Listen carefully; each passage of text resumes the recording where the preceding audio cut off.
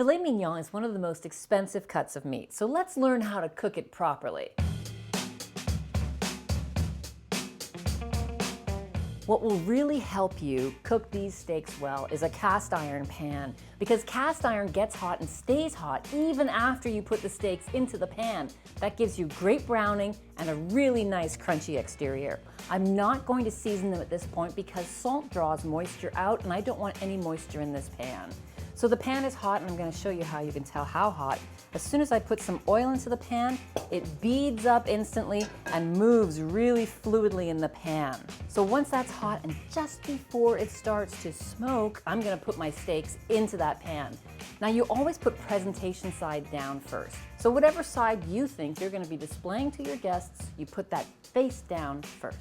I'm going to go ahead and put my filet mignon into the pan, and I want to hear that sizzle right away. Now once it's in there, take a step back. It needs time to sear with that pan and make that nice crust on the bottom. This is going to take about 4 to 5 minutes on this one side. When your filet mignon is about an inch thick, it's going to be about 10 minutes total cooking time if you want to get to medium rare.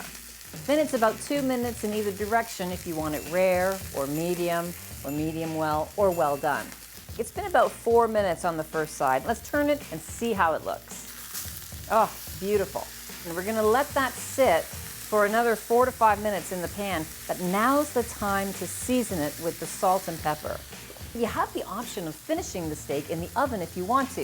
If you want to go that route, you will have to have had preheated your oven to about 400 degrees Fahrenheit, and your pan has to be oven safe. And for a medium rare, you're going to leave it in there for about 6 to 8 minutes. The big question is, how can you tell when your steak is cooked to your liking? It's not good to puncture the steak with a meat thermometer because then you lose the juices from the steak. So here's a quick tip for you. Press on the meat and then compare it to how your hand feels. Press on the heel of your hand when it's completely relaxed. That should feel like rare.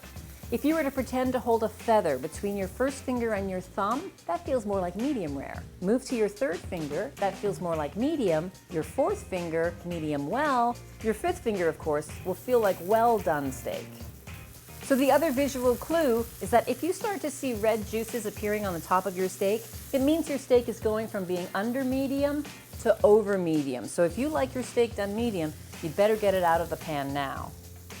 Now, as with all meats, this steak needs to rest. If you let that meat relax for just 5 minutes, when you slice into it, the juices will stay with the steak instead of spreading out all over your cutting board.